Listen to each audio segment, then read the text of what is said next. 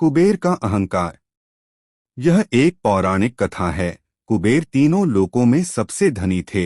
एक दिन उन्होंने सोचा कि हमारे पास इतनी संपत्ति है, लेकिन कम ही लोगों को इसकी जानकारी है। इसलिए उन्होंने अपनी संपत्ति का प्रदर्शन करने के लिए एक भव्य भोज का आयोजन करने की बात सोची। उसमें तीनों लोकों के सभी देवताओं को आमंत्रित किया गया। भगवान शिव उनके इष्ट देवता थे, इसलिए उनका आशीर्वाद लेने वह कैलाश पहुँचे और कहा, प्रभो, आज मैं तीनों लोकों में सबसे धनवान हूँ। यह सब आपकी कृपा का फल है। अपने निवास पर एक भोज का आयोजन करने जा रहा हूँ। कृपया आप परिवार सहित भोज में पधारने की कृपा करें।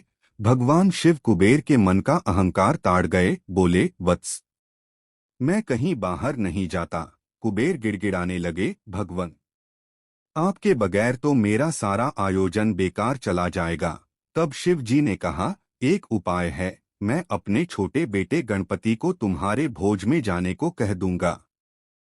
कुबेर संतुष्ट होकर लौट आए। नियत समय पर कुबेर ने भव्य भोज का आयोजन किया। तीनों लोकों के देवता पहुंच चुके थे।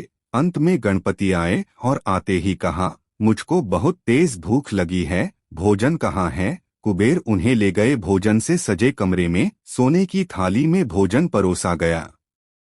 क्षण भर में ही परोसा गया सारा भोजन खत्म हो गया। दोबारा खाना परोसा गया, उसे भी खा गए। बार बार खाना परोसा जाता और क्षण भर में गणेश जी उसे चट कर जाते। थोड़ी ही देर में हजारों लोगों के लिए बना भोजन खत्म हो गया, लेकिन गणपति का पेट नहीं भरा। वे रसोई घर में पहुंचे और वहां रखा सारा कच्चा सामान भी खा गए।